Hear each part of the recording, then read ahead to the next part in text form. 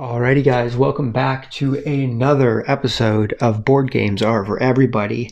And today we are going to be going into Scenario 4 of Gloomhaven Jaws of the Lion. Now we do have a handful of new mechanics going into this scenario. The most obvious one being is that we actually have the supplementary scenario book as an extra part of the map, which is pretty cool implementation. Makes our map a little bit bigger. But as we are adding all this new stuff, you'll see that things are a little tight in the camera. Some stuff, I think the stuff down here is a little out of screen. So I'm going to do my best going forward to get everything in screen the best as I can.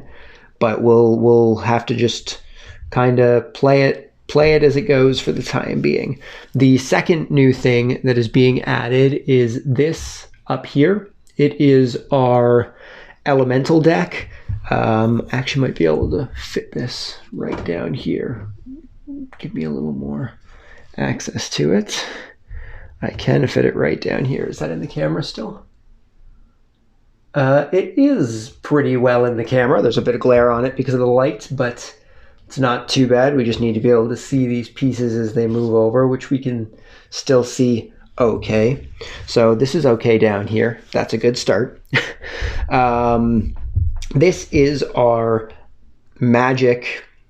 Basically, there's 6 different elements, and our cards sometimes have a specific element on them that allow us to put them into the waning column. And there are some cards that require one of these to apply additional effects. And in order to apply that additional effect, you need to spend the corresponding attribute from the waning and put it back to the inert if you want to be able to use it. We're just going to move these guys out of the way here. They aren't important right now, but we are going to need them later. So we're just going to keep them off screen here. So that is the second thing. The third thing that we have is that both of our enemies have their full 8-card decks now. Neither enemy is basic anymore. All enemies have their full 8-card decks. Also, I actually made sure that I had the right deck on the right enemy. So that hopefully shouldn't be an issue. What else do we got that's new? Last time we did make it so that we got 2 less -1 cards from each deck. We decided to make our perk -1 on both, getting rid of a couple -1 cards to even out our decks a little bit. And the final mechanic, to my understanding, for this scenario is that we get these guys here. Now, these are basic, more or less, they're quests. They're goals that you want to try and complete. What you're supposed to do is you're supposed to randomly deal out 2 to each player. And you're supposed to keep them hidden, but because we are playing both characters, we're not going to worry too much about keeping the cards hidden. It shouldn't be that big of a deal, seeing as they're both ours. Now, I don't remember if it's you deal 2 and keep 1, or if you keep both. I'm going to double check that quickly before we draw a card here. Let's just take a quick look into the instructions here. This is the one thing that I forgot about this scenario. Completing scenario 3, setting up scenario 4. Last new aspect as the setup deck is battle goals. From this point, retrieve deck, shuffle it, and deal 2 random cards to each character in secret. Each character will then choose one of these goals, discarding the other. So what's going to happen is we're going to basically deal 2 cards to each player, and we're going to be selecting one of them. And this is going to be a goal that we're going to be trying to complete throughout the course of the match here. We want to try and successfully complete these goals, and if we successfully complete these goals, you can see on the bottom of the card here there is a check mark. So say this was the one we had, Fast Healer, and the scenario with hit points equal to your maximum hit point value. So if at the end of the scenario the character who had this card were to successfully have their maximum hit points, then they would successfully complete their goal, and it would give them 1 check mark. Now, check marks are noted at the bottom of your character sheet, and once you successfully gain 3 check marks, you get to choose another perk from your list. So completing these battle goals is what's going to allow us to get additional perks onto our characters. So that's something that we're going to want to do as much as possible. So for the red guard, the 2 goals that we selected are Acrobat, lose a card to negate suffering 5 or more damage. Lose a card to negate suffering 5 or more damage. Is that something you can do? Can you just lose a card to negate 5 damage? Or Masochist, end the scenario with 3 or fewer hit points. Now that's an interesting one. Our red guard has 10 HP at the beginning of the thing. So he would have to take 7 damage, which isn't too bad. We can keep him pretty close to enemies, mostly focus on doing melee attacks, and he would probably take quite a bit of damage from that. Or lose a card to negate suffering 5 or more damage. Now it says lose a card, not lose multiple cards, so an enemy would have to do at least 5 damage to us in order to be able to activate that. And I don't know if these guys can hit us for 5. So I think we're going to go with the Masochist, trying to end the scenario with 3 or fewer hit points. So we're just going to keep that in the corner here. That'll let us know that that is for the red guard. I'll move it up over here in just a second. And let's see what we have for the hatchet. We have Ravager, perform 2 actions with the lost icon in the same turn. Or we have Scrambler, never use a long rest, which this is probably what we're going to go with because we don't need to use long rests at all. Our Iron Helmet automatically activates, and our Stamina Potion is a one-time use for the scenario. So I think we're going to be going with the Scrambler because the hatchet really doesn't need to do a long rest in the long run here. So I think that's what we're going to go with. We have our ability cards here. Let's get into it. I think that's pretty much everything that we needed. I'm just going to grab out the Cursed and Blessed cards here in case we need them.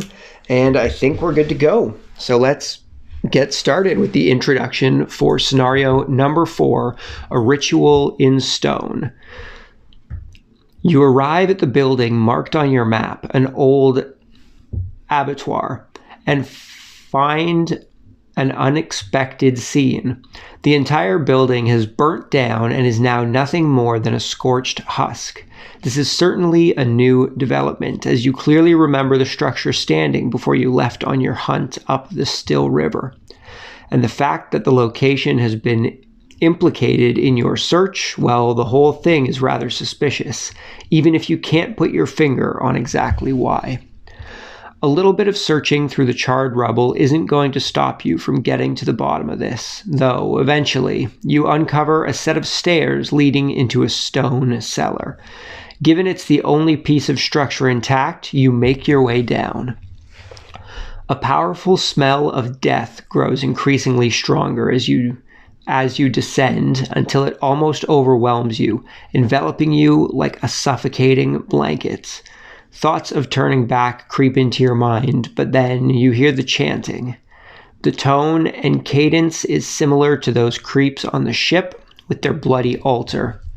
It doesn't take much longer to find the source. A short hallway at the base of the stairs leads into a large open room full of more red-robed zealots. Their chanting reaches a crescendo and the whole floor begins to shake violently. Fissures erupt from the ground around 4 massive rune-covered stones scattered around the room. Cracks form in the ceiling, sending huge chunks of rock crashing down. Your mind focuses on a singular goal, pushing away all the other complications of the last few weeks. You don't end whatever ritual is going on right now. You will all be buried alive. Special rules. Make sure each character's starting hand consists only of their ability cards marked 1, and that the total number of those cards matches the number at the top right of their character mat. So we're supposed to have 10 cards, and we're no longer using anything that is a letter, it looks like. It looks like we're just going to be using our number 1 cards. So let's grab out all of our number 1 cards.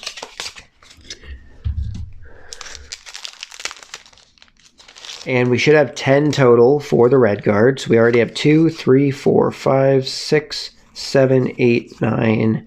That's an X. Is there another 1 here somewhere? Those are both A's. Did I accidentally take out a 1? Nope, those are all A's and B's. 1, 2, 3, 4, 5, 6, 7, 8, 9, 10. I just miscounted. That's on me. So 10 cards for the red guard. Let's get those A's in there.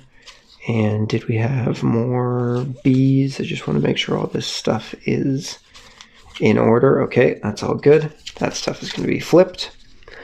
And let's put those back in.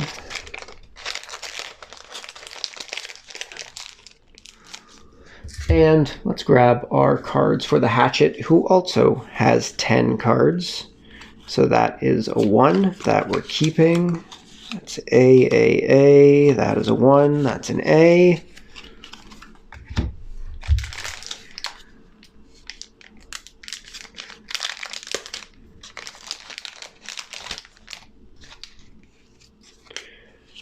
And we have 1, 2, 3, 4, 5, 6, 7, 8. That is 10 cards total. We now have a far more amount of cards that we need to learn what do, since we just got 8 new cards added to our deck, basically. And we now have total decks of 10 cards. And I think that's everything that we got going on. So let's start up this scenario. First things first, let's figure out what our enemies are going to be doing. Our stone golem is going to be using runic draw, and our zealots are going to be using calculated strike. The stone golems are at priority 28 and the zealots are at priority 65. So let's see what stuff we've got here. So this is what I was talking about with these new cards. You can see down here there's a little fire icon. That means you need to exhaust a fire to be able, if you use this one, it adds a fire to the waning pool. And if you have an attack that requires you to use a fire, you must put it back into the inert pool. So for the red guard, let's see what new stuff we have here. Attack 2, target all adjacent enemies, and if you use one of these holy ones, I don't remember what its type is, you get to a +1 to your attack. So if you use a holy magic, you gain 3 attack instead of just 2. Or the bottom one is 2, and if you exhaust a fire, you inflict wound and you gain 1 experience. Now we mostly want to be using melee attacks. I'm gonna move these guys a little closer here to the action. We mostly want to be using melee attacks for our red guard, because as you remember, we want to try and end this with 3 or less hit points. Each time after an adjacent enemy attacks you, that enemy suffers damage equal to your shield value, which is 0. I don't have any shield value. And we have to discard that once it gets used up.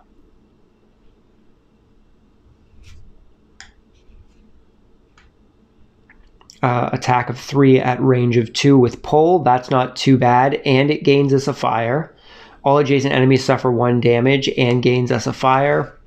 Attack 3 at range of 2 with immobilize gains us a holy thing. I'm just going to call it a holy damage because that's what it looks like. All adjacent enemies suffer 1 damage or loot 1 with holy.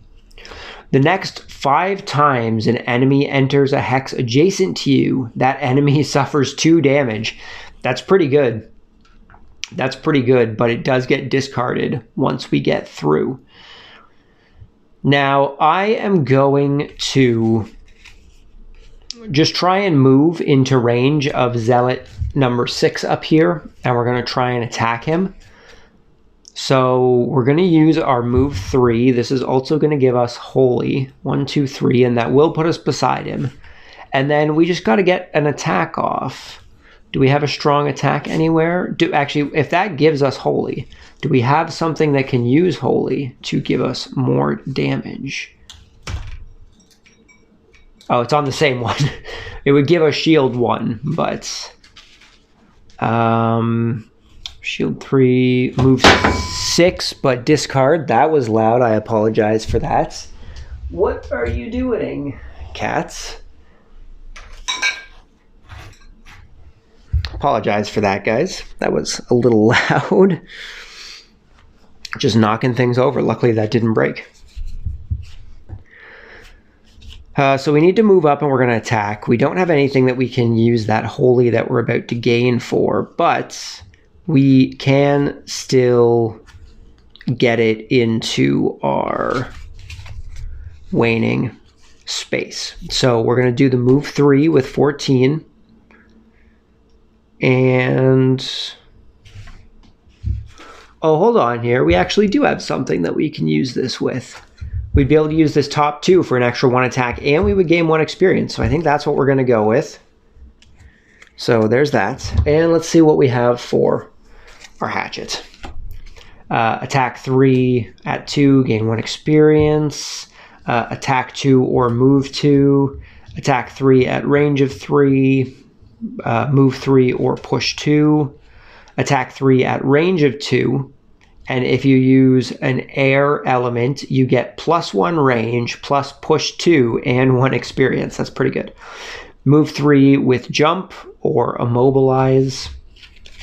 Attack of 3 at range 4 to 2 targets. We also gain 2 experience and a waning air, but we have to discard the card. Double the value of your next attack this round,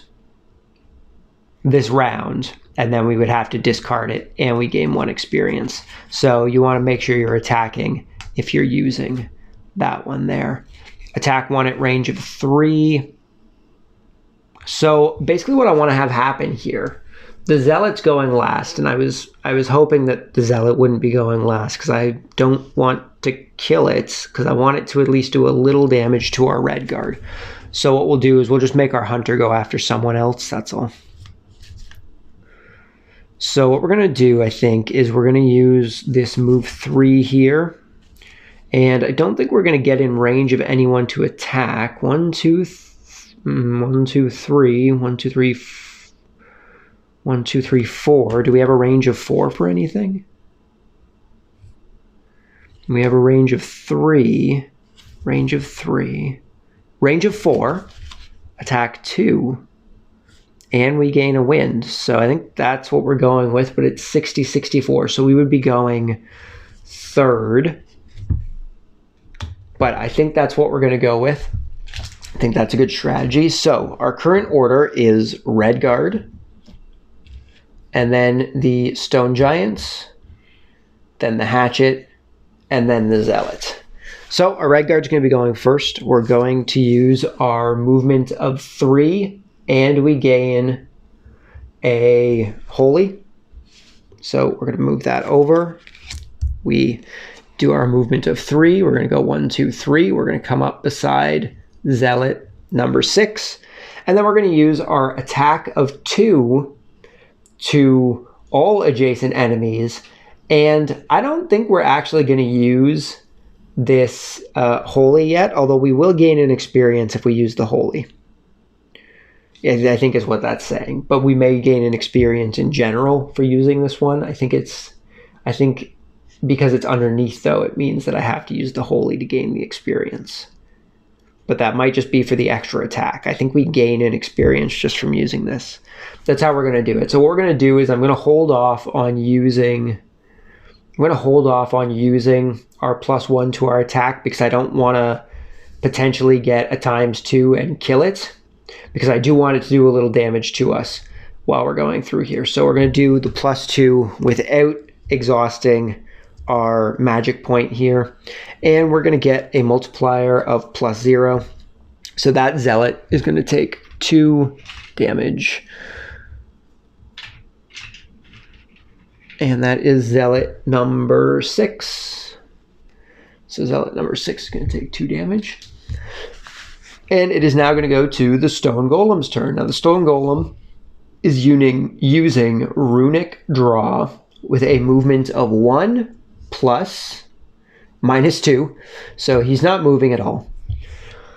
And he has an attack of -2 plus range of with a range of 3, but he is not within range of anybody, so he will not be attacking anybody today, which makes it the Hatchet's turn. So we are going to be using our movement of 3 and gaining a wind. So we're going to get this air element over here, and we're going to go 1, 2, 3. And then we are going to use our attack of 3 at range of 4 to 2 different targets. So we are going to attack the Elite Zealot number 1 here with an attack of 3 with a +0. So Zealot number 1 is going to take 3 damage. And we're also going to attack Zealot number 6, who hopefully isn't going to die. It should still live, for an attack of 3 -1. So he's going to be taking 2 damage.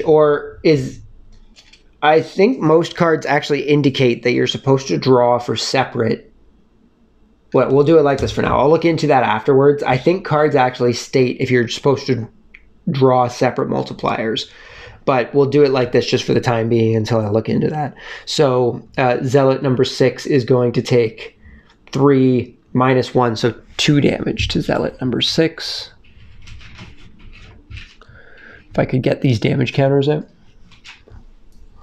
And it is now the Zealot's turn, who is going to be doing a calculated strike with a movement of -1.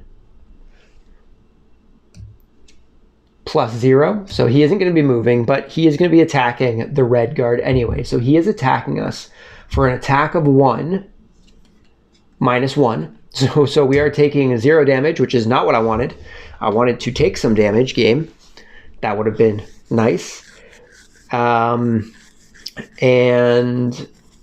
I believe we do one thing for each Zealot, which means none of the Zealots would be moving. But the way I want to do it is that each individual Zealot is going to get their own thing, because I think that's fair. So we're going to move on to Zealot 1, who should have moved first. I wasn't paying attention. Elites always move first. But we're going to move to Zealot number 1. He has -1 +0, so he isn't going to be moving anywhere. And that means he can't attack. And then we have Zealot number 2, who is also not going to be moving anywhere. It's really hard for these guys to move, eh? Because I know some, like, the Stone Golem had a movement of 1 here, but he got a -1. But, like, with the negative movements, it's weird that they have negative movement, right? But maybe it's just that a lot of their attacks, a lot of their cards, because we are early in the game, we're only on scenario 4. Maybe it's just that a lot of the earlier cards don't require that. But we've gone through all the zealots, so that's going to bring us to round number 2. So let's see what we got going on here. I really don't want to kill this zealot yet, but we only have a certain amount of time. I want to try and get down to 3 hit points or lower. Now we also have to try, oh, right. I completely forgot to say what the goal of this scenario is, which is to destroy all the summoning stones that were told to us during the introduction. These yellow spaces here are all the summoning stones, and in order to defeat them, the objectives of the summoning stones, they have C+1 hit points and can only be targeted by melee attacks when 2 summoning stones have been destroyed. Read number 1. Now, what it means by C+1 is that the summoning stones will have 1 hit point for each character on the game board plus 1 hit point. So because we have 2 characters, each summoning stone will have 2 hit points plus 1 hit point for a total of 3 hit points. And our current objective is to destroy 2 of these summoning stones before we can read the next part of the scenario. But our overall goal is to defeat all enemies and defeat all 4 summoning stones. Probably should have said that beforehand. All right, let's see what we got here. An attack of 2, target 1 enemy within 2 hexes with disarm. It's not bad. And we also get a frost and one of these moon ones, I believe it is. So we could do that, and then we could... I wish there was a way to damage myself. Man. I suppose I could spring the traps with the red guard. Because if I spring 2 traps, that would be 6 damage, which would bring us down to 4. So we would have to take 1 damage from an enemy. That might be a plan. That might be a plan, guys. So what we're going to do, I think, is we're going to attack. This is 90. We're going to have to find another short one here. But we're going to attack with an attack of 2. We just got to see what these guys are doing here. Can help me strategize a little bit. Our stone golem is using calculated strike with a movement of -1, an attack of +1 at priority 90. And our zealots are using Unholy Flame for an attack of +1 within a range of 3, and it adds fire. Fire on our quick things here. It is not. I wonder what the fire means for them. Maybe it means that it takes a fire away from me if I have one. I'm not 100% sure. I'm gonna have to look into that. So it's because it says it has fire damage, but I don't remember seeing anything in the instructions about enemies having fire damage. Let's double check on that real quick here. Let's double check on enemy fire damage, just to be safe.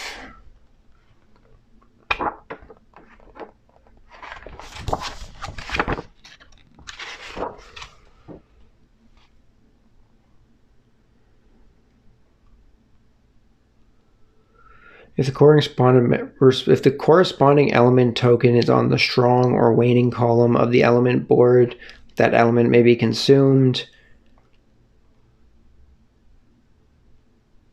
If an ability contains multiple separate augments, the character may choose. So that attack there doesn't mean that we get both, but we would get one or the other.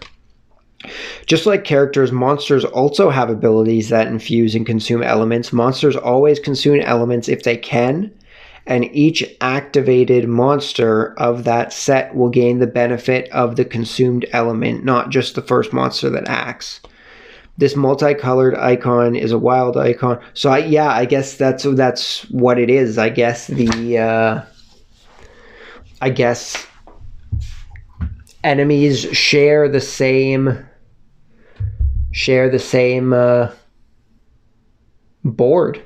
So it looks like they would basically, if he attacks and uses this, it would put a fire over here. But they also have cards that can consume stuff, so that's that makes a bit more sense. So let's see what we got going on here. I think we're just going to try and kill Zealot number 6 here now that we have that trap idea in our head. So we're going to be going with attack of 2, which should hopefully let us kill it unless we get a minus. But we took a couple minuses out of our deck already. And maybe this movement of 3, all attacks targeting you gain disadvantage. We don't want that. Movement of 2, we could get onto the trap, but we'd be wasting a jump. I guess we can just use a standard movement if we need to on something we don't really need. Like this heal of 2 at range 2. I don't think we need that for the time being, and it's a 41. So we're going to go with that for the time being. 41 as our priority attack. So for the hunter, move 2, all adjacent enemies suffer 1 damage, or move 1 and all adjacent enemies suffer 2 damage, or just a move 1 and gain 1 experience, but we'd also have to discard that card. Move 3, add +2 move and gain 1 experience if you killed an enemy this round. That could be interesting, huh? So if we did this attack of 2, at range of 4, add +2 attack and gain 1 if the target has your favorite token. We don't have anyone with a token on it at the moment, but we could do this, an attack of 2 at range 2, which I think is our only... No, we also have attack of 3 at range 3, but I think we're going to save that one. So we're going to do attack of 2 at range 2, and this movement 3, because we should be able to gain an experience here if we do this. So that's going to be the way we're going for the time being. But with that said, is it worth... Because we won't need this attack to take out that Zealot now if the hunter is planning on taking out... Sorry, if the hatchet is planning on taking out that Zealot. So I think what we're going to do... We're using our bottom on this one. Heal of 2. I think what we're going to do... Right, we were just going to use our basic action on this. Do we have a ranged attack at all? I need a range of 3. We don't have a range of 3 on anything. Only a range of 2.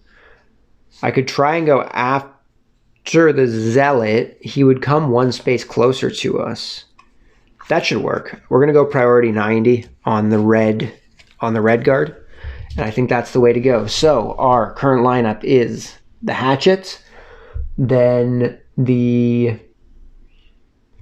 Zealot at 82, and then it's going to be the red guard and then the stone golem, seeing as they are both tied at 90. So the hatchet's going to be going first, and he's going to be using his attack of 2 at range of 4, and we add the +2 attack if our token's on it, but it is not. So we're going to be attacking Zealot number 6 for an attack of 2 with a +0, which is going to be enough damage, barely enough damage to take out Zealot number 6.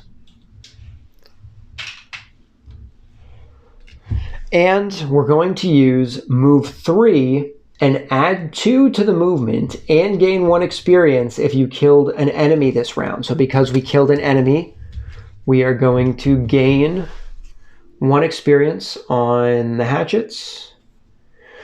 And we're also going to get to move 5 instead of moving 3. So we're going to go 1, 2, 3, 4, 5. We're going to loot this gold. Something I just I realized about gold while I was reading through the manual before we started is that apparently gold is worth 2 coins per token. I've been calculating everything as 1 coin per token. So we're going to have to start doing 2 coins per token. It'll make buying stuff a little bit easier for us. I've been unintentionally making the game harder for myself by not giving myself 2 coins for each thing. So that's going to end the hatchet's turn. We now go on to the zealot, who is going to be doing an attack of 1 at range of 3, but he isn't going to be moving at all. So everyone is too far from the zealot for him to attack, so he isn't going to be attacking at all. And I noticed down in the bottom corner here that we are actually supposed to shuffle the deck once we get this card. Something I have to keep track of. It is also something we have to do for the stone golem I'm seeing now. So we're going to have to remember to keep an eye on shuffling their decks. And that is going to end the turn for the zealot, which brings us to the red guard. Now the red guard is going to be using his basic movement of 2. Is that how I want to do this? 90 attack 2, 1 enemy within 2. Oh, I thought I was using an attack. I thought I had something that was a range attack. I meant to use one of my range attacks, but I guess I would have been attacking first. Maybe that's why I chose not to. Oh, well, it's not a big deal. It's not a huge deal. So we're going to be using our heal 2 here to just use a basic movement instead. A basic movement of 2 to spring this trap on ourselves to take 3 damage from this trap. Where are my trap icons? So our red guard is down to 7 hit points. And then we're going to target an enemy within 2 hexes to disarm it. And we're also going to, I guess, gain the frost. I'm not really paying attention to all of my elemental attacks quite yet, but we're going to gain the frost off that. And zealot number 1 is going to gain disarm until the end of the next turn. Now, disarm means that they cannot attack. So he can't attack next turn, which is nice. That is also going to be the end of the turn for the red card. So moving on to the stone golem, he's going to move from -1 +1. So he's going to move 0 spaces and do an attack of 1 to nobody because nobody's there. And our stone golem deck is going to be shuffled. That is going to end the round, and we are going to start a new round. We're going to get our hatchet to attack the obelisk up there, which has 3 hit points, so we should hopefully be able to take it out. But let's see what cards we've got. So we have to use melee attacks against the obelisks. So I think we'll use this one here because it does 3 damage plus our modifier. So long as we get a +0 or better, we will destroy that obelisk. And then we'll try and move away. We'll use this guy here, the move of 3 with jump. We're going to go 17. We're going to try and go first with the hatchet, 27 on the zealot, and 64 on the stone golem. Put that over there. Let's see what we got with our red guard. Our red guard is going to start moving towards this second trap here, and also towards zealot number 1. We're going to try and start taking him out. So what we're going to do is I think we're going to do this movement of 3, and then any attack targeting us will gain disadvantage, but that's okay. We could also use this movement of 4. That wouldn't be too bad, and it doesn't get rid of our thing, so that's nice. And maybe we'll use this movement of 4, because 1, 2, 3, 4, we could actually get to the trap and do another 3 damage to ourselves. And we're also going to want to try an attack. So we're going to do this attack of 3 plus immobilize. That's not too bad. And we're going to go this way. So the red guard's going to get to go first.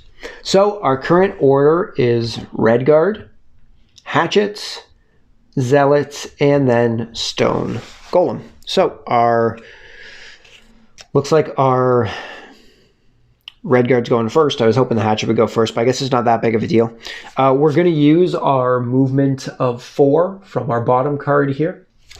So we are going to move 1, 2, 3, 4 onto this trap to deal another 3 damage to ourselves, which is going to put us down to 4 damage. We need to take another 1 damage and keep it there or lower without dying by the end of the scenario so that we can get our check mark here. And then we're going to be using our attack of 3 at range of 2 with immobilize.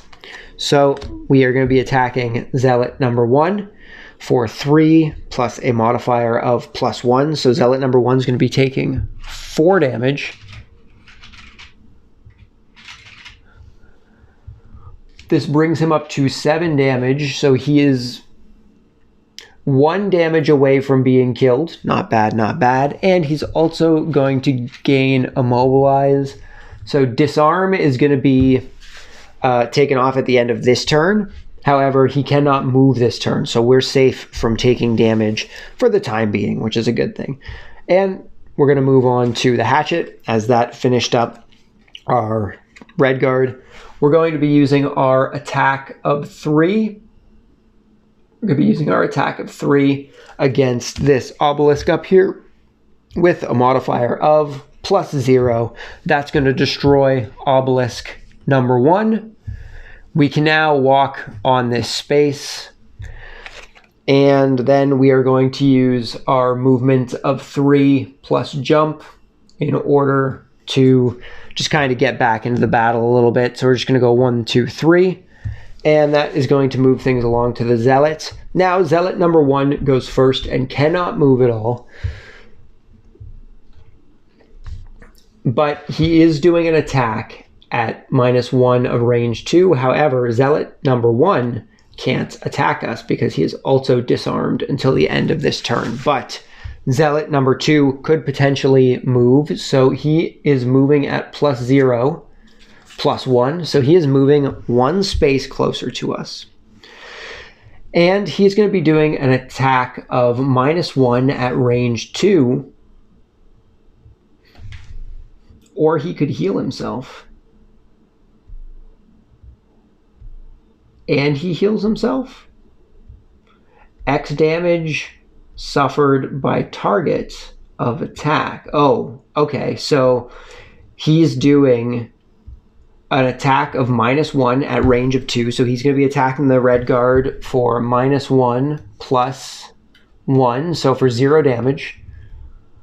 And he would also heal the amount that he inflicts, which in this case was 0, and it's going to move over the moon icon there. And that's going to end turn for the zealots. Moving on to the stone golem. He is using nothing special. So he has a movement of 0 plus 1. So the stone golem is finally going to start moving closer to us. And he is doing an attack of 0, which is nothing special. That is the whole point of the attack. And now that it's the end of the round, Drain Life is going to reshuffle the Zealot deck. And we are going to continue on to the next round.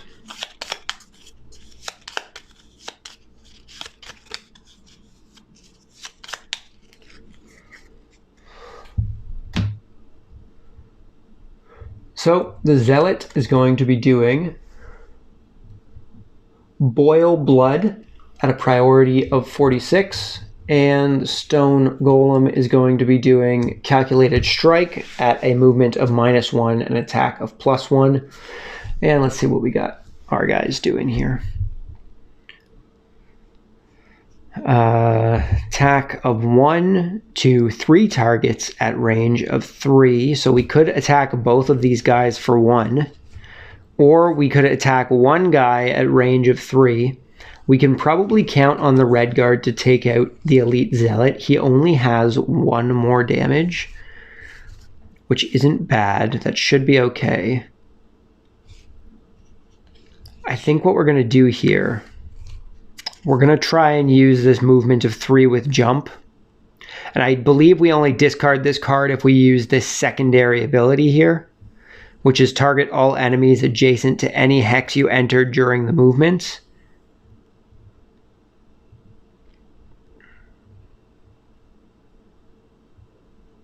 But we're going to be using this for the movement. I don't think we discard this unless we use this secondary ability. So we're going to be going at 24 with our hatchet. And we're going to be going...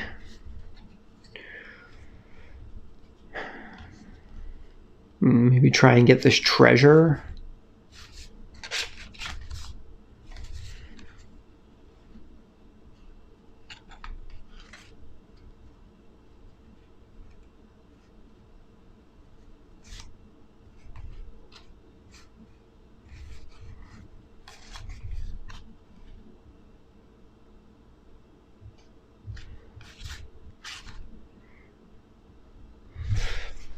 What's my compass? Within a range of 3, eh?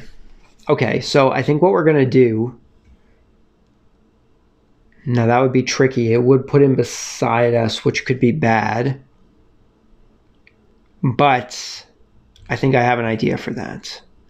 Attack of 2 on 2 targets within range of 3. Well, we'll be able to do it on one of them anyway. So we're going to be going 16 with our red guard. So that's going to put our lineup at the red guard first, and then the hatchets, and then the zealot, and then the stone golem. It's actually the exact same order. So our red guard is going to be going first. We're going to be doing a movement of 3 to go forward. And this is just a secondary attack, which we aren't choosing to use. We're using this for the movement of 3. So we're doing a movement of 3 to come down onto this coin down here. Oh, I forgot to get this coin for the hatchet while we were up there. And then we're going to use our Fateful Compass, which I keep forgetting that I have items. So during your turn, force 1 enemy within range of 3 to perform a move of 2 in any direction that you choose, but we have to discard this card. So we're going to be using this. This is discarded until the end of the round, but we're going to get the stone golem to actually hit himself on this trap to take 3 damage. So the stone golem is going to be taking 3 damage. It is stone golem number 5. And these stone golems have 10 HP plus 1 shield. But I think that's just from attacks. I think the traps don't get affected by shield. At least that's how we're going to do it. But they will be affected by our attacks. I think I did this wrong. Hold on. We're gonna back up slightly here.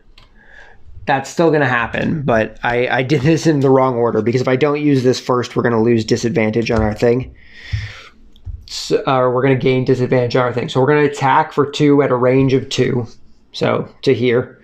So we're attacking the stone golem for 2 with a -1. So he's gonna take 1 damage.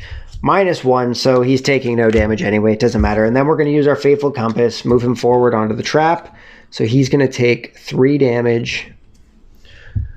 There, everything's back to normal. It's like we never even did anything. So that's gone until the end of the turn. And then that brings us to our hatchet, who is going to be...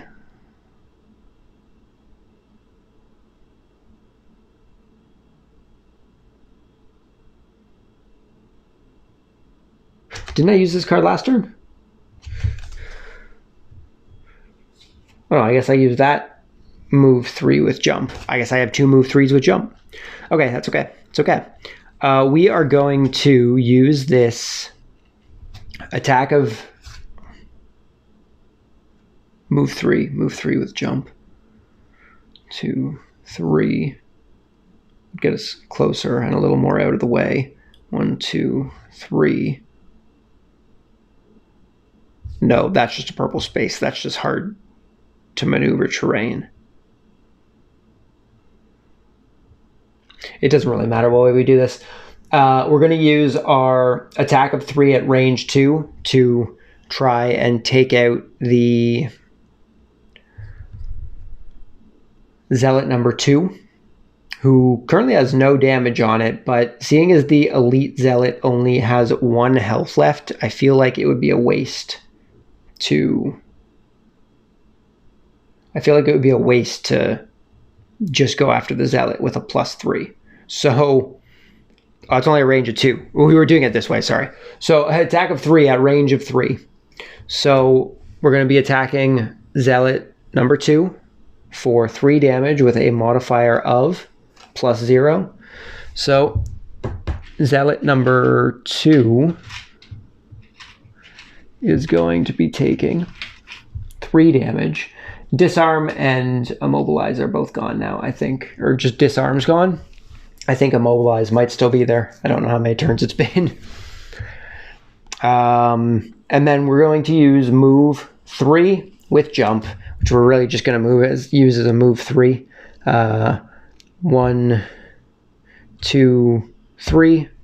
Going to come here, and that's going to end our turns. That's going to hand it over to the Zealots, who are going to be doing an attack of -1 at range of 2 to 2 targets. Now, the Hatchet's the only one within range, so he's the only one who's going to be getting attacked, and he will also be gaining Muddle.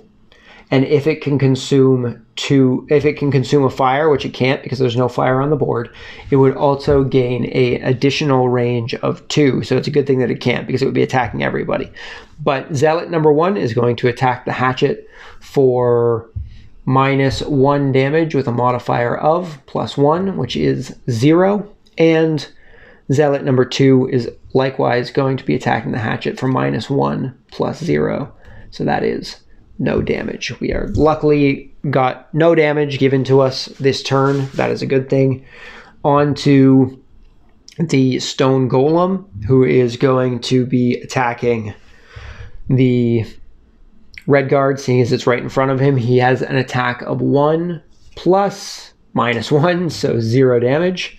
Okay, and that ends everyone's turn. So we are going to gain this gold for the Red Guard, since it is under us. And we are going to get our cards for the next round here. We are on our last set of cards before we move forward here. I am going to have to start going back up there to take out that obelisk at the back. I completely forgot that that was up there. So this is what we've got. This is all that we've got left. So I think we're just going to...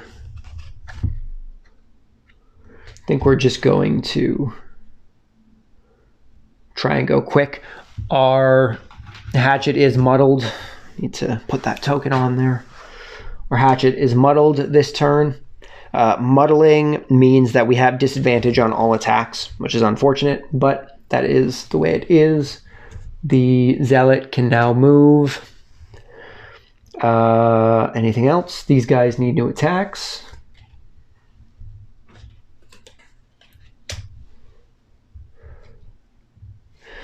And we are just trying to go quick, so we're going to have 10 and 46. So our current setup is the same as last turn. It's going to be Red Guard, Hatchet. Oh no, it's going to be Stone Golem and then Zealot. Alrighty, so starting with the Red Guard, we are going to...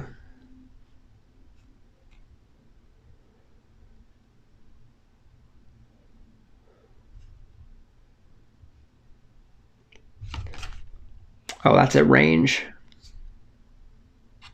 Okay, so we're going to be doing an attack of 3 towards the Stone Golem. Now, if we can consume a holy thing, we get +1 attack, plus push 1, plus 1 experience. Or I think that's what the comma said that you can choose one, right? No, I think that's all of them. I think we get +1 attack, plus push, plus an experience. That's how we're going to do it. So we're going to be doing an attack of 3, and we are going to use up our holy magic thing here, which is going to make it an attack of 4 with push 1, and we're going to gain an experience. So we're doing an attack of 4 with a modifier of nothing. Dang it, we're doing no damage. That is unfortunate. But I think we still get the push, so he's going to be pushed back 1 space. And we gain 1 experience for doing 0 damage. But we gain 1 experience nonetheless. Could be worse, could be worse. And then we are going to just use our movement of 2 to come up here onto this treasure chest. That is going to bring us over to the hatchet. So we are going to be doing an attack of 1 at range of 3 to 3 enemies. That's also going to give muddle. So we're going to start with Zealot number 1. We do have to do disadvantage, so we're doing an attack of 1 plus 1 because our ×2 doesn't matter.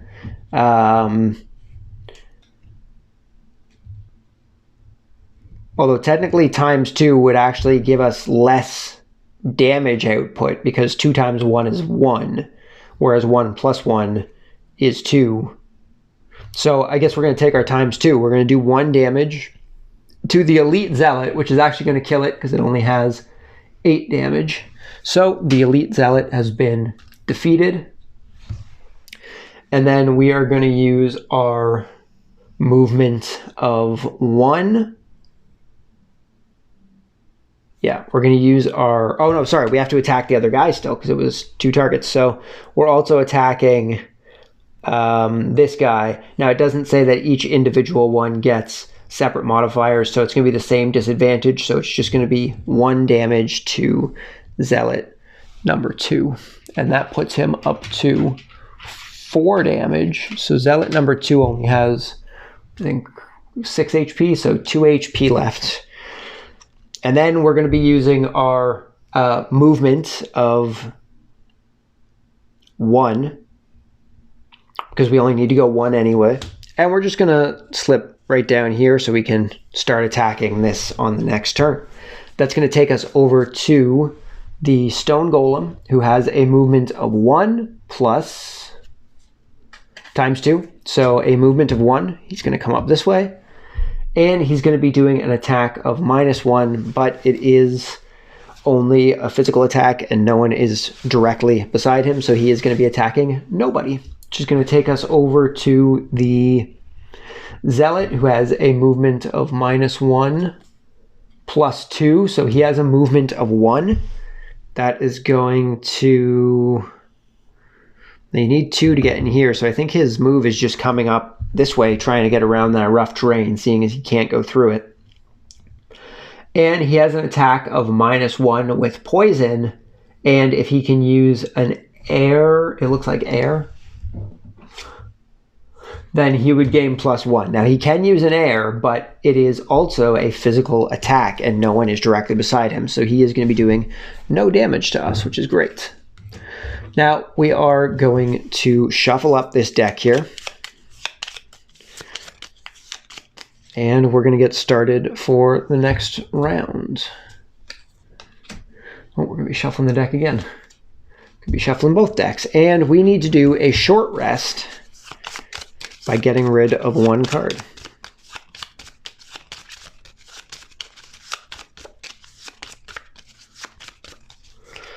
Oh, card from the top. We are discarding attack at range 3 and move 3. That's okay. We have a couple other ones. That's all right for the time being. And let's see what we lose from the red guard.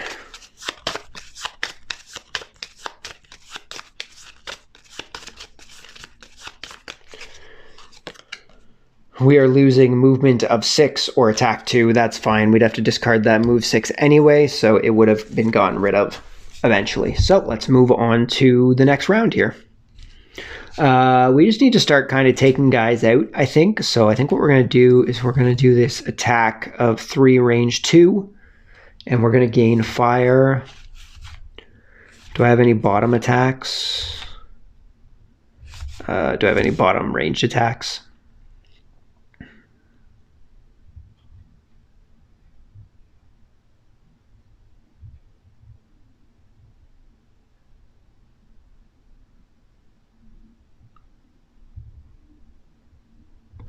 I do not. That's not too bad though, that one. We could go with that.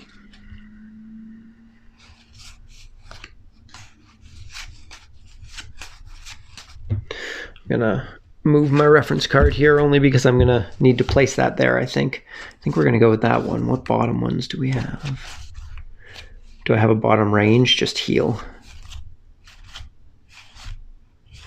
I have an attack of 2 if someone was adjacent to me. Maybe we'll wait until the next turn for that one. I think we're going to try and attack.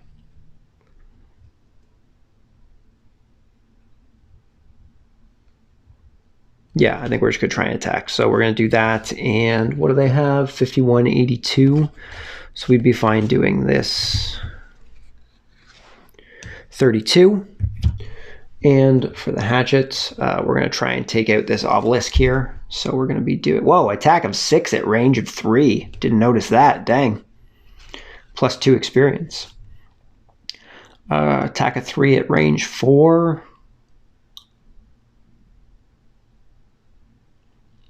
A lot of good range attacks. I need a melee attack.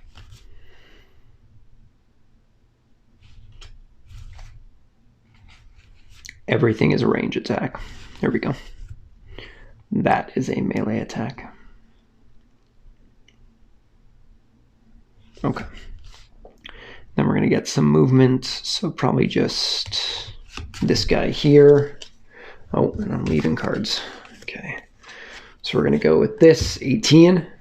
So our current order is going to be Hatchet, Redguard, Stone Golem, and then Zealot.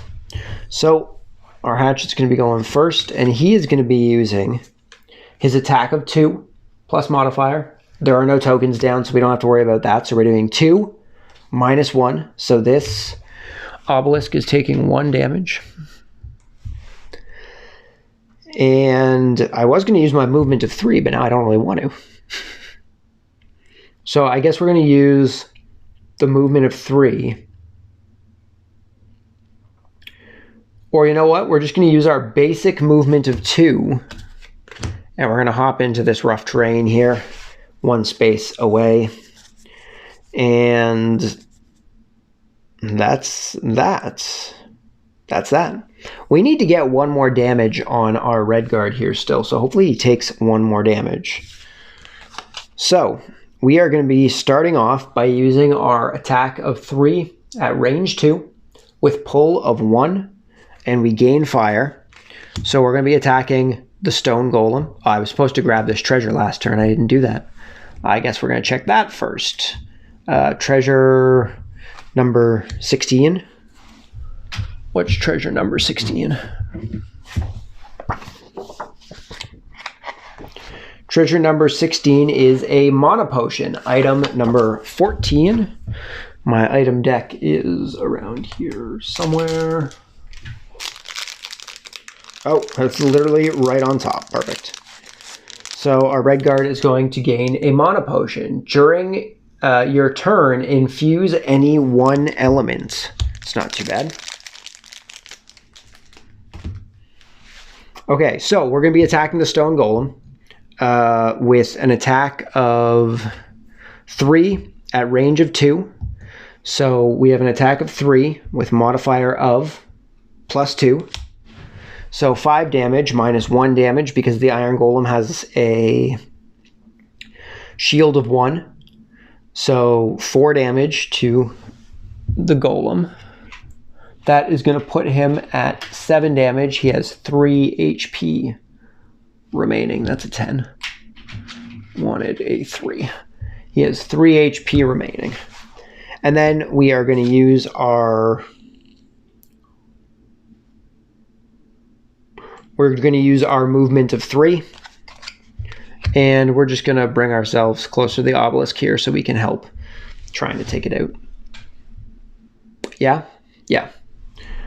So that's going to take us to the stone golem, who has a movement of -1 plus 0. So our golem isn't going anywhere, which means he can't attack us. So it's going to go over to the zealots, who has an attack of 1 at range of 3 plus 0. So he's going to be doing 1 damage to our red guard, and he's going to be consuming a fire, but it is not there. So our red guard is going to take 1 damage, which puts us at 3 damage. Perfect. That's exactly what we needed. So now we have to just start trying to kill people, because... Okay, and that brings us to the end of the round. So let's see what we got next. Attack of 2 at range of 2 to 2 targets. That's not too bad.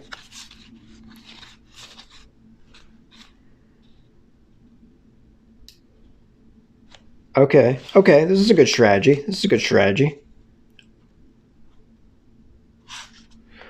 Okay, so 16 on the red guard. Let's see what we got for our hatchet.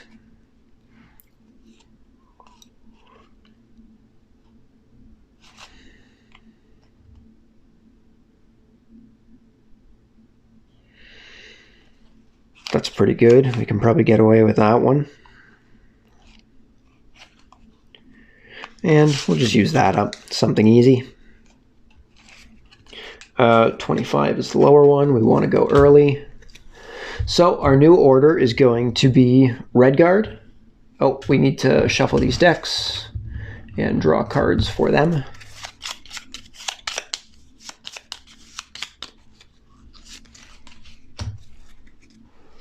$72.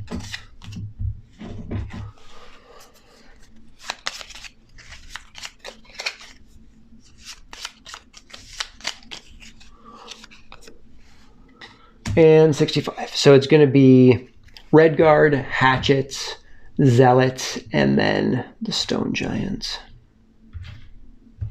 So our red guard's going to go first. And he is going to use an attack of 2 at range of 2 to 2 targets plus pull. So we're going to be attacking the stone golem and the zealots for 2 with a modifier of -1. So each of them will be taking 1 damage. The stone golem will be taking 0 damage because it has its -1 from its shield, but the zealot will be taking 1 damage, which is going to bring it up to 5 damage. So it has 1 HP left. And both enemies are going to be pulled towards us because of the pull. And then we are going to use our attack of 2 in, and we don't have our fire, so we can't add a wound, but we are going to use our attack of 2 against, I think we're going to try and take out the zealot. We'd have to get a plus in order to take out the stone golem. He does only have... Well, he still has 3 HP left, so I think we're going to try and take out the zealot so he isn't doing damage to us. So we're going to do an attack of 2 against the zealot with a modifier of +0. That's going to kill the zealot, so we don't have to worry about him anymore.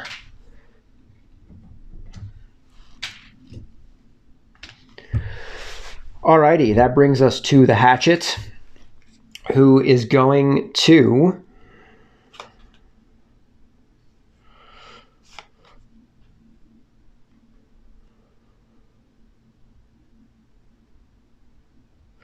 We're going to be doing an attack of 3 at range 2.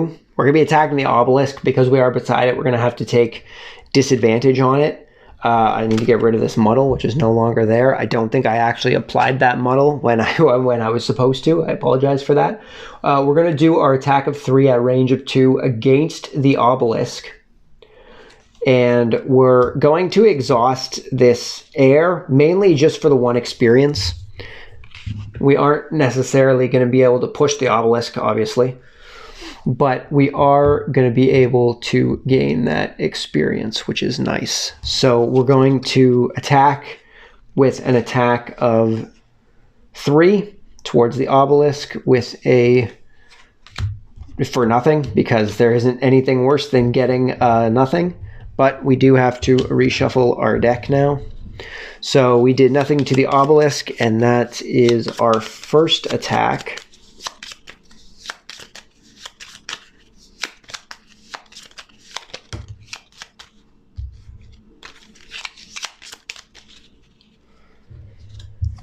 And then we're just going to use our attack of 2 on the bottom here, also against the obelisk. So we're doing an attack of 2 with a modifier of +0. That is going to take this obelisk out because it only has 3 HP. So that is 2 obelisks done. And when we destroyed 2 obelisks, we were supposed to read the next part of the scenario.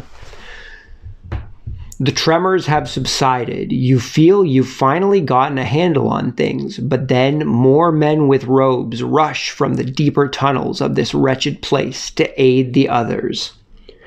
Special rules. Spawn 1 normal and 1 elite zealot on B, down here. So a normal and an elite spawn on B.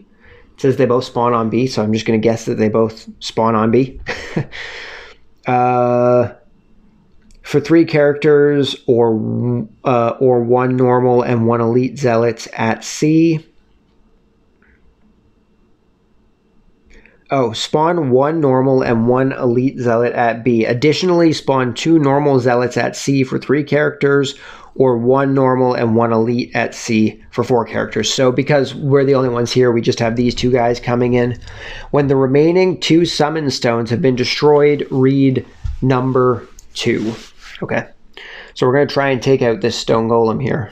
But our turn is over, and it is going to go over to the zealots, which now exist. So I guess the zealots are going to be going next. They have a movement of 0 with a modifier of -1, so they aren't moving anywhere, which means they aren't attacking us. And our golem here isn't moving, but he does have an attack at 1 if range of 3. If this attack is performed, the stone golem suffers 2 damage. Now he is going to be attacking the red guard, seeing as he went first, and typically if 2 people are within range to be attacked, they go after priority.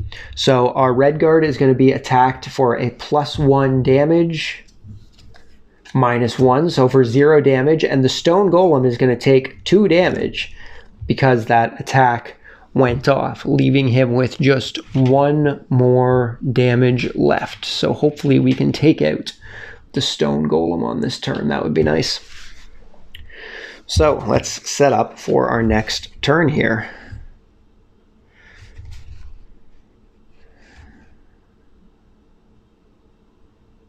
I think we're going to try and set this up. That would be nice. So we'll do that. Do I have an attack on the bottom? I do not. So I think we're just going to be moving. Basically. So we're going to do that 6 with our red guard.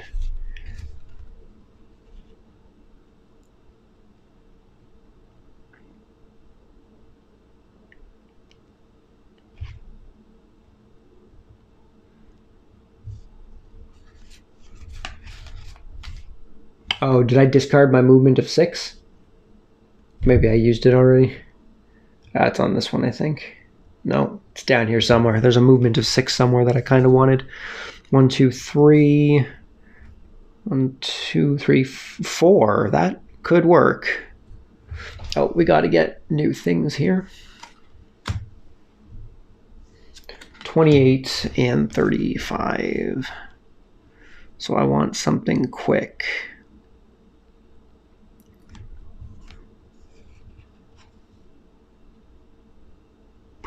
I want these 2. Okay, so we're going 17 for our hatchet.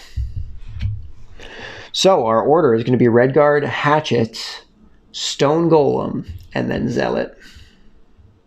So our red guard is going to set up his flaming shroud, which the next 5 times an enemy enters a hex adjacent to you, that enemy suffers 2 damage. So we finally get to use one of our tokens here. Okay, now that is when an enemy moves into a space beside me, not when I move into the space beside an enemy. And then we're just going to use our movement of 3 in order to move away here a little bit. So we're going to go 1, 2, 3. And then we're going to come to our hatchet.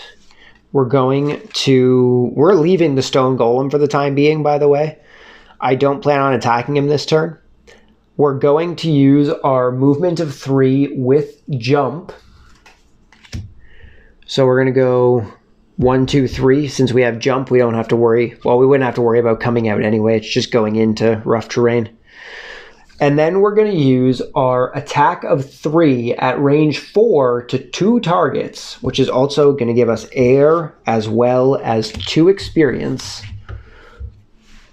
So that's going to put us up to 4 experience for this round, which isn't too bad.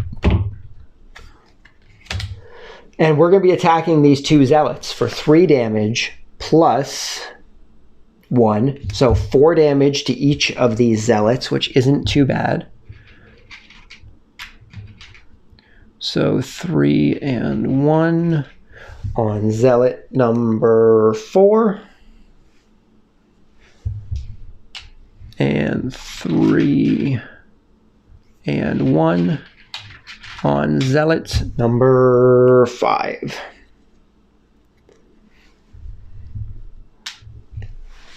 And that is going to end our turn. Next up is going to be the stone golem. Now he has a movement of 1 with a modifier of +0. So he is moving 1 towards us. And remember, the red guard, the next 5 times an enemy enters a hex adjacent to you, that enemy suffers 2 damage. And that 2 damage is going to be enough to kill the stone golem. That would bring him up to 11 HP. So luckily we have taken down the golem. 5, which leaves us with these 2 zealots and the rest of these obelisks to take out. We're going to have to start moving back up that way so we can take out some obelisks. But the zealots are now up. They have a movement of 1 with nothing, so I guess they're going nowhere. And they won't be attacking because they aren't close enough to us to attack. I guess this is one way to shuffle the cards.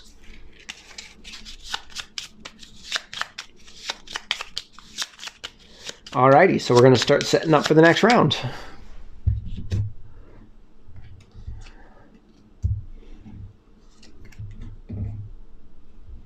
So we got 64 and 19. Those zealots are looking pretty quick at the moment. So let's see what we got. We need to take out this obelisk. They have to be attacked with melee attacks. So we don't have much of a choice. So I think we're just going to go with this.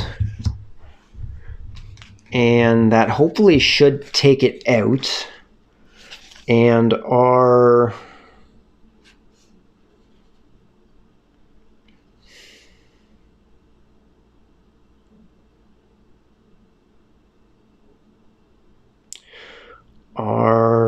See, I'm definitely going to have to look into this because this card here says you either have a move 2 or you have a push 2. Or you have a move 2 by exhausting a wind thing. So why wouldn't you just use the move 2? I'm definitely going to have to look into that. I think we're going to try and use...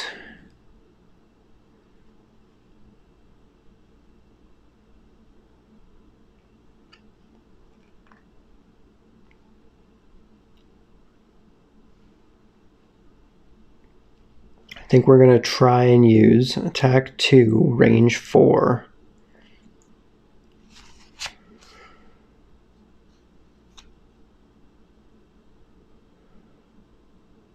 Sure, we'll do it like that, I suppose. So we're at 39. So our order is going to be the red guard, then the zealots, then the hatchet, and then the stone golem. So our red guard is going to start by using its attack of 3. And do we have to use a fire to use this? I think it's just we need to use a fire if we want it to attack the 2 spaces, but I think we can just do a normal attack of 3. And then if we discard a holy, we get +1 to our attack, which we don't have, so that's fine. So we're just going to do an attack of 3 against the obelisk with a modifier of -2, of course. So it's going to take 1 damage. And then we're just going to use a movement of 2 to come into this rough terrain here. And then next up is the zealots. The zealots have a movement of 1 with jump +1. So our zealots are moving at 2 spaces. So it's going to go 1, 2 towards our guard, our red guard here. That could be bad. That could be bad. The zealot is going to be attacking us for -1 +0, so we're taking -1. However, we have been cursed, so we have to add a curse card to our deck. At least we didn't take any damage, because that could be, we're sitting at pretty low damage here because of our card here. So we're getting 1 card. We have to shuffle our deck so that we can shuffle that in.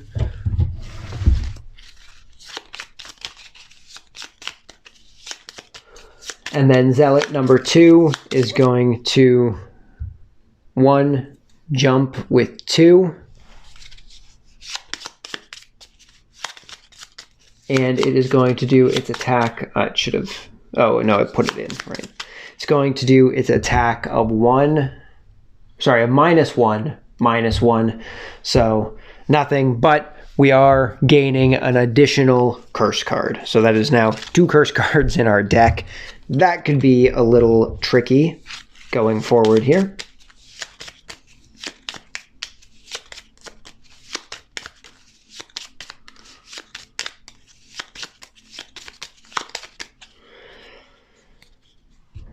Okay. So now we have the hatchet, who is going to be doing an attack of 2 at range 4. And we aren't going to gain experience because we don't have a token on anybody yet. Oh, you know what? I wasn't paying attention though. Both these guys came into our thing, so both of them are actually going to take 2 damage. And we're going to gain 1 experience. I totally forgot I had this card active. So both of them take 2 damage, which means I guess that would kill 1 guy, but they're not supposed to be stupid, so it probably wouldn't kill itself. But that's okay. For the time being, we're going to make it so he killed himself, but I'm going to have to try and remember in the future that they aren't stupid. So I'm going to have to try and remember in the future to actually use my cards properly. And our elite has 8 HP, so he has 2 HP left. So we're going to use our attack of 2 at range 4 against this elite zealot. So we're doing an attack of 2 with a modifier of +1, so that is going to kill the zealot. We now need to focus on taking out the rest of these obelisks. And then we're going to use a movement of 3. 1, 2, 3. We're going to start coming up this way, and we're going to hopefully get the hatchet to take out the one up at the top there. Now we need to do a short rest because we don't have enough cards left.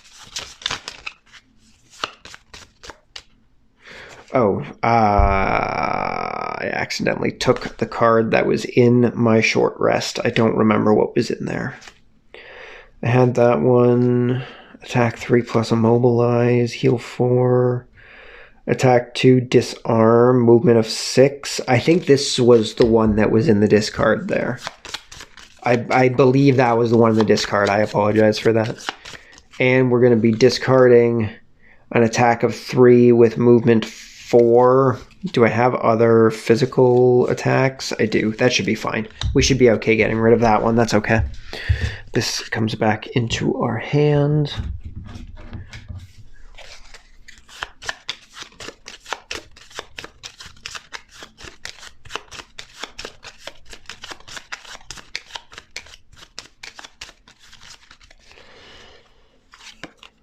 An attack of 3 at range 2, that's fine. We can discard that one. That's okay. And these all come back. Okay, so let's set up for the next turn. It is currently just us and no enemies left. We've killed all the enemies, so that's nice. So we're just going to try and do some movement and some attacking. 1, 2, 3, and an attack of 2. That should work okay. Hopefully we get a +1. And we're going to do... Is that the only attack we have that's not a range attack? No, we'll do this one here.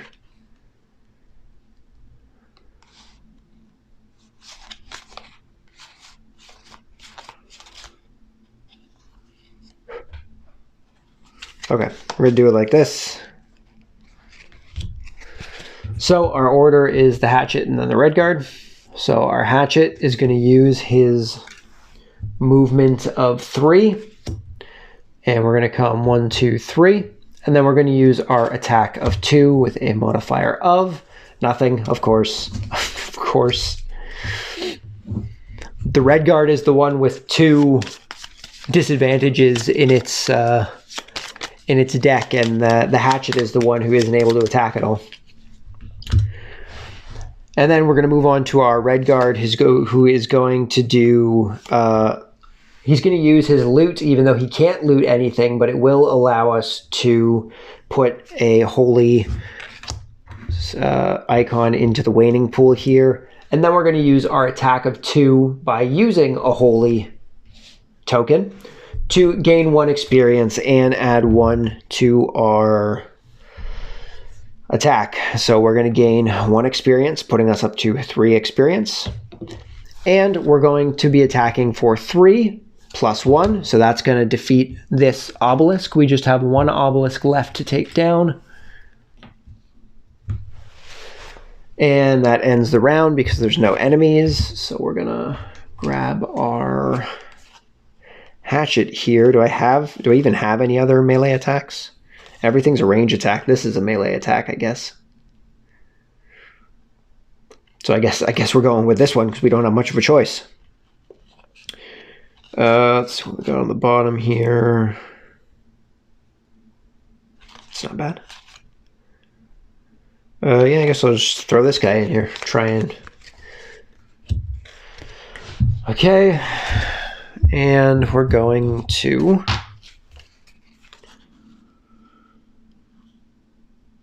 We don't want to use any self-healing. We're where we need to be. So I guess we'll just try and make our way up there and try and help in case he can't kill it. Get ourselves up there.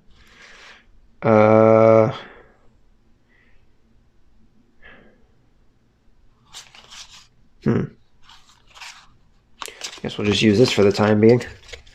So our order is currently hatchet red guard, so our hatchet is just going to do an attack of 3, and we're going to gain 1 experience with a modifier of +0, so that defeats this obelisk. Special rules number 2. Spawn 1 normal stone golem and 2 normal zealots at A. Additionally, spawn 1 stone golem at B for 3. Oh god, we have more enemies? Oh man. Oh man. So I guess we get a stone golem back, what, at A it said? So a stone golem at A and 2 normal zealots also at A. God, it is just throwing enemies at us. This is ridiculous. Throwing enemies at us. So I guess we have to go try and take them down now. So we have to finish up our turn here. So I guess we're just going to do our movement of 2 to get closer to down here, because we're going to have to start taking these guys out. And then these guys get to move because they just spawned in, and they get priority when they spawn in. So it's going to go Zealot and then Stone Golem. So the Zealots have a movement of 0 + 1. So our Zealots are moving 1 space each. I guess one's going to move here, one's going to move here. And they have an attack of +0, but it is an adjacent attack, which neither of us are. And the Stone Golem has a movement of 0 + 1. So the Stone Golem is also going to start moving towards. And it has an attack of -1. Target all adjacent enemies. There are no enemies adjacent to it. So that is going to bring us to the Red Guard. So the Red Guard, man, I should have picked some actual attacks. That's bad.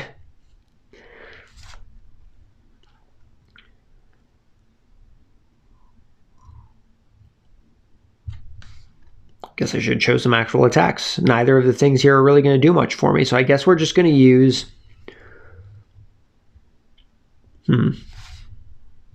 We're going to use our movement of 3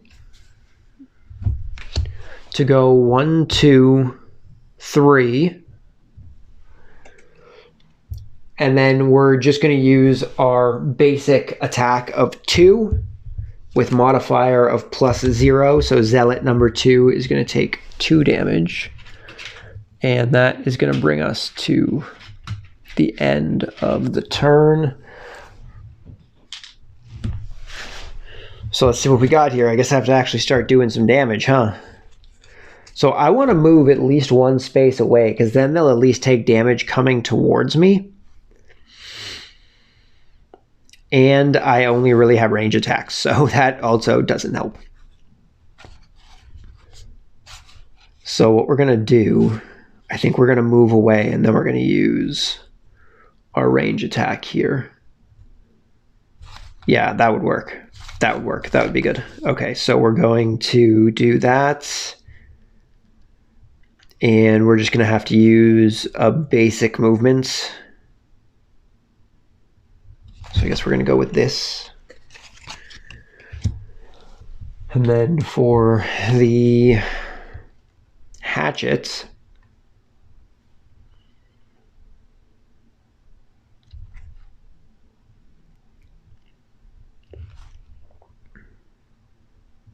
that gets discarded, but this, so that also gets discarded. Huh. Oh, I hope I didn't, I think I might have used this. No, not to gain 2 experience. I've only gained 1 experience from things.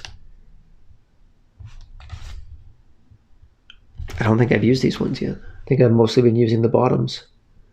I just want to make sure I actually discard cards when I'm supposed to. Is what I'm trying to do. Okay, I might have to do it like this. I had a different plan, but once I use these, I have to discard them, so I wouldn't be able to use my stamina potion to bring it back. So I think what we're going to do here is we're going to do the movement. These guys need a new move. 51 and 77. So I think we're going to go with this, and we're going to go with move because I need to get a little closer. So we're at 51 with the hatchet, 16 with the Red Guard. So our order is going to be Red Guard, Hatchet, Stone Golem, and then Zealot. So the Red Guard's going first. So what we're going to do with the Red Guard is we're going to use our movement of 2 with jump, but the jump doesn't really matter. We're actually only going to move 1 spot back here. Actually, we may as well just go back this way because we're going to bring him towards us anyway. We aren't able to pull back. And then we're going to use our attack of 3 with range of 2 plus pull of 1. We're going to be attacking Zealot number 2 here. Well, we could go after Zealot number 4, though, if we move here. Because if we do 3 damage and we pull him towards us, I'd have to get a +1. I'd rather just try and take this guy out. So we're going to attack Zealot number 2 for 3 damage. Plus nothing. Of course. Of course. We're going to get a fire and the pull of 1. So at least he takes 2 damage from coming into contact with us.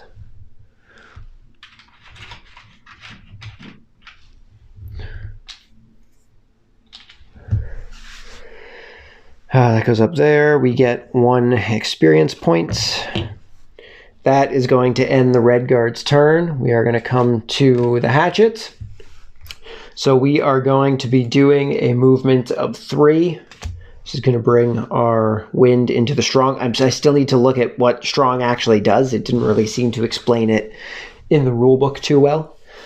So we're going to do our movement of 3. We're going to go 1, 2, 3. We're going to chill on this hex over here in the middle. 1, 2, 3. 1, 2, and 2. And then we're going to do our attack of 1 at range 3 to 3 targets plus muddle. So we're going to do an attack of 1 for nothing. And we're going to use up our stamina potion to attempt to do it again. I was hoping we were going to be able to do 2, but apparently it doesn't want to do that. So we're going to try that again. We're going to use our stamina potion to bring this back from our discard. Discard the stamina potion, and we're going to attempt that again. And hopefully, I guess we have to shuffle. And hopefully not get nothing again. So let's give that another shot.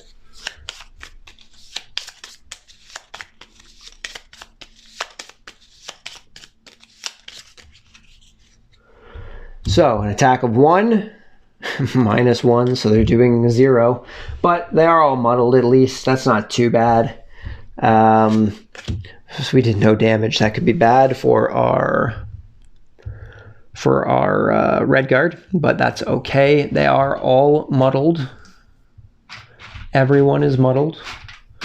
Do I have another muddle token? There we go. So at least everyone's going to get disadvantage for this turn and the next turn, so the chances of us being attacked are actually pretty slim. And the stone golem was 5. Okay, and that brings us to the enemies. The stone golem's going first. It has a movement of 1 + 1, so he has a movement of 2. He can't cross over enemies, so he's going to be going 1, 2. We are not adjacent to him, so he's not going to be attacking. The zealots have a movement of -0 + 2, so zealots are moving 1 space. So he's going to come up here and attack our hatchet. So he is doing... Oh, we do have air here too, so he's gaining +1. So he is doing a +0 with a modifier of -1, so he's doing no damage. But he is also going to be poisoning us, which is unfortunate. So poison, if I recall, means that all attacks gain a +1 against me, which isn't particularly helpful. I should actually be using my poison dagger against the... stone golem and stuff. But that's going to bring us to the end of the round. We need to do a short rest. Well, at least the red guard needs to do a short rest. Red guard's starting to run out of cards, dang.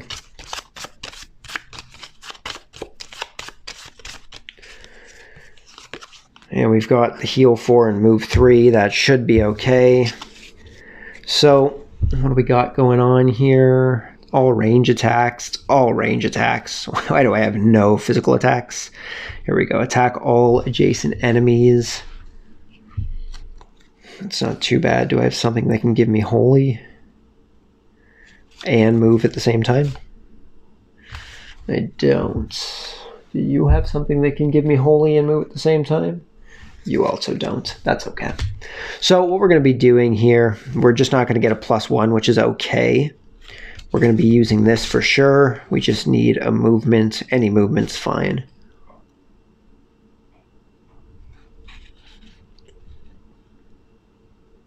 I guess we'll just go with this one. It'll also let us go first, which is good. This needs to be shuffled.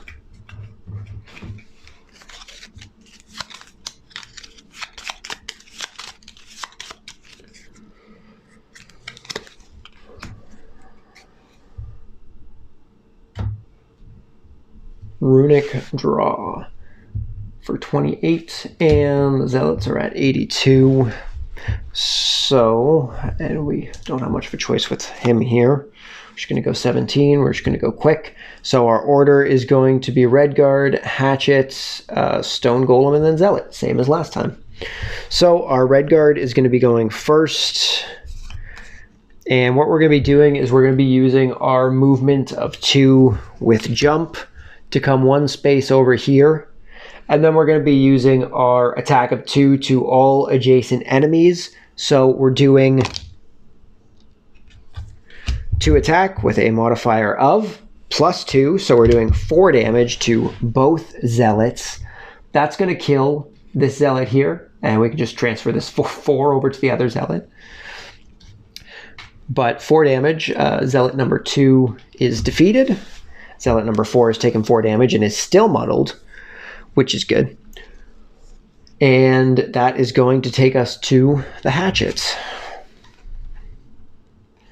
Attack 3 at range of 4 to 2 targets. I'd have to move away though, which I can do. But we are going to have to discard this card. But we would gain 2 experience for it. Double the value of your next attack this turn. But I'd also get discarded. This card's getting discarded no matter which way I use it. And I'd rather not discard 2 cards. So we're going to do a movement of 3. 1, 2, 3, just so we can back off a little bit. And then we're going to do an attack of 3 at range 4 to 2 targets. We're also going to gain 2 experience, putting us up to 7 experience for this round. That's pretty good. This is also discarded. So we're doing an attack of 3 with modifier of +1. So we're doing 4 damage. That's going to kill this zealot.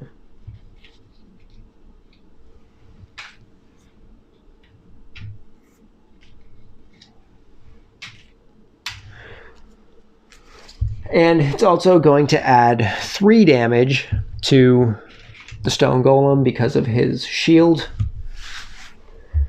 And that is going to end our turn. So the Stone Golem is going to have a movement of 1, -1. So he isn't going anywhere, but he does have an attack of -2 at range 3, which is going to attack the Redguard because he was prioritized. And it is going to be doing, what was it, an attack of a -2 +1, so no damage. However, he does have a pull of 2, which brings me towards him, and I don't think that activates my thing, because it says the next time enemies enter my hex, but I entered the hex adjacent to him because he pulled me, so I don't think that activates, unfortunately. But he's going to do no damage. However, our Redguard is immobilized for the next turn. So he isn't going to be able to move anywhere, which is unfortunate because I don't think I have any physical attacks. And that is going to be the end of that round. We now need to do a short rest on the hatchet.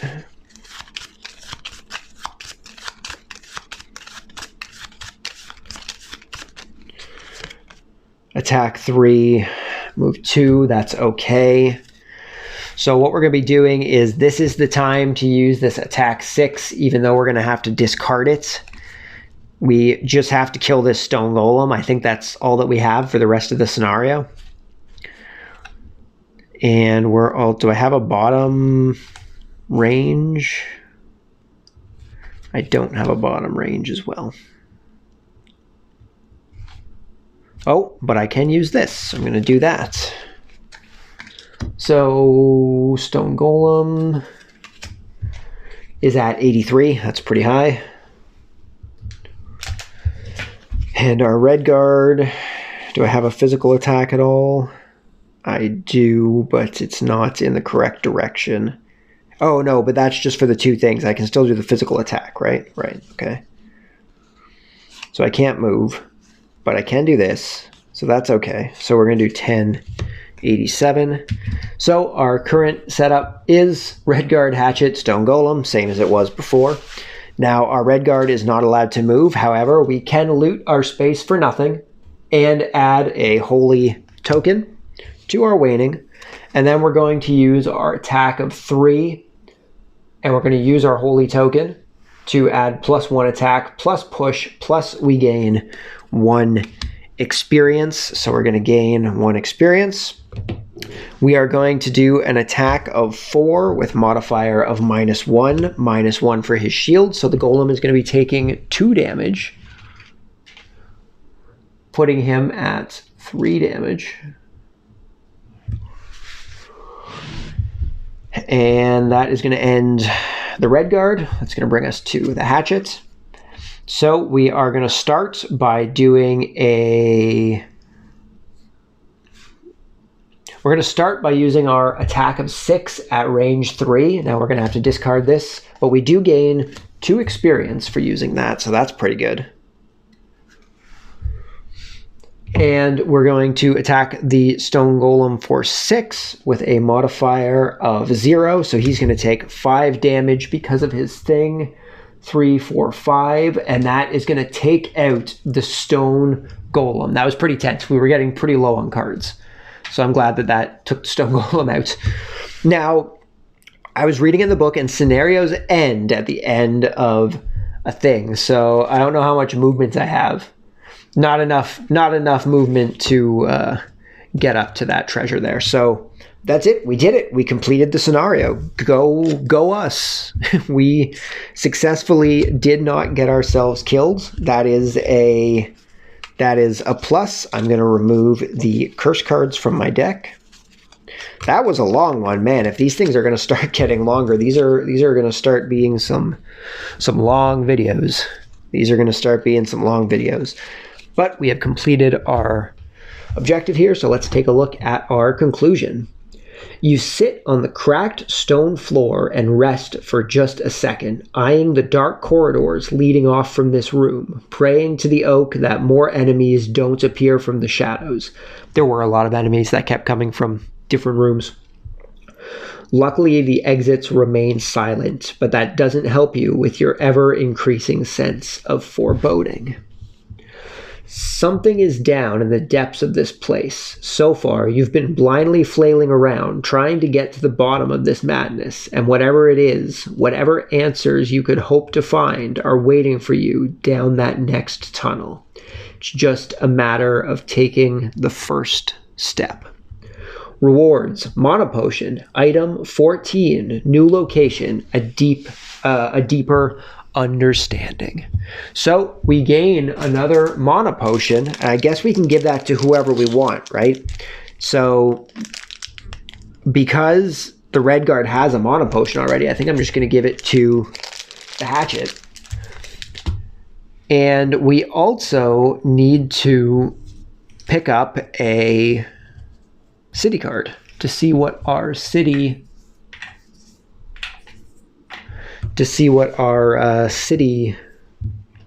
thing is. We also successfully completed our objectives.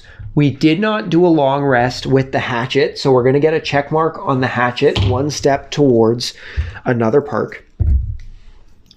So we have 1 check mark with the hatchet, and we also completed our objective of ending the scenario with 3 or fewer hit points with the red guard. So we gain a check mark for our red guard. Our red guard has also, well, both guys have also collected 2 gold each. So that's going to put us at 8 gold for the red guard and 3 gold for the hatchet. Our hatchet also gained a Mana Potion, and our red guard also gained a Mana Potion. What else do we got to do? We did these. We need to add experience onto our thing.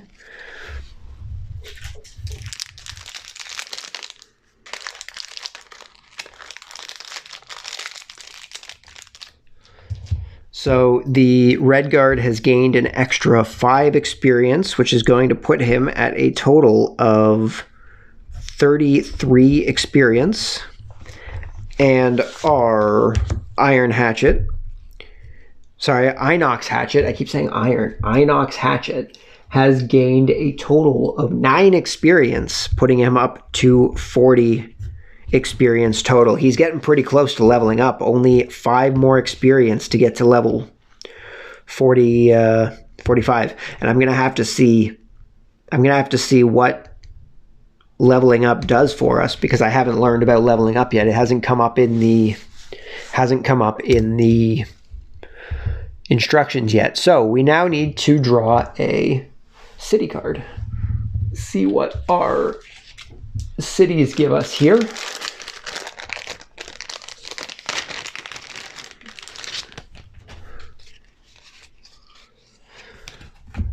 Okay, let's see what we got. Shuffling them up. Let's do this one. You are having a nice stroll through the new market, perusing incredibly expensive wares you could never afford, when you spot a gruff-looking man wading through the crowd. He seems out of place. If you had to guess, you'd say he was some sort of carpenter. As he approaches, you get the feeling that you know him, but you can't quite figure out why. Do you greet the man? Demolition was required. Well, I guess we're not greeting the man because we don't have a demolitionist. Apparently the demolitionists know all the gruff-looking characters. So we have to choose option B, ignore the feeling, and carry on with your business. After a little more walking, you find a truly amazing tapestry embroidered with a great battle scene between humans and Valraths, said to be recovered from an ancient storehouse in Demon's Gate. It is worth more money than you've spent in your entire life. Resolve another event card. So I found something that's worth a bunch of money, and or maybe it's saying that I was trying to buy it, but it was worth more money than I've ever spent, so we just couldn't buy it. You enter the Sleeping Lion to find your old friend Zane sitting at the bar. The barkeep is doing his best to ignore him. Zane's face lights up as he sees you walk in. "Jaws, friends, my only true companions," Zane cheers. "I assume you're here to pay me my management fee." You look at him queasily. He speaks more slowly. "My fee? For managing the reputation of the Jaws of the Lion. I know you haven't been keeping track of what people think of you, but I have. Heck, I'm the one who started calling you guys the Jaws in the first place. Branding, you know. Surely that's worth something." Option A, pay Zane for proving your reputation around town. Option B, refuse to pay Zane. If your reputation was that important, you would track it yourself. Now, at the beginning of the game, they were boasting about how they're like the greatest organization ever, the Jaws of the Lion. So clearly they care about their representation. They care. I find it a little funny that this card makes you think that they really don't care about their reputation at all. So we have to go with option A. We have to pay the guy. He's hyping us up. Zane assures you your reputation is impeccable. "I've been talking you up quite a bit around town, and the shops have agreed to a small discount just so you're seen around their stores. Lose 5 collective gold. Until the start of the next scenario, you may purchase items from the shop for 5 gold less than their costs." So, do we even have 5 collective gold? We do. We're just going to take 5 off of the red guard, so both guys are now going to be left with 3 gold. I'm going to keep this on me for the time being, because if we decide to go shopping in the next scenario, I'm going to need to remember that we have 5 less gold that we have to spend for stuff. But that is the end of this scenario. We've gone through everything. We are very slowly making progress through the game. So thank you guys very much for stopping by. Hopefully you enjoyed this scenario, and hopefully you will join me next time when we take on scenario number 5. But until then, just remember that board games are for everybody, and I hope I will see you all next time. But until then, peace.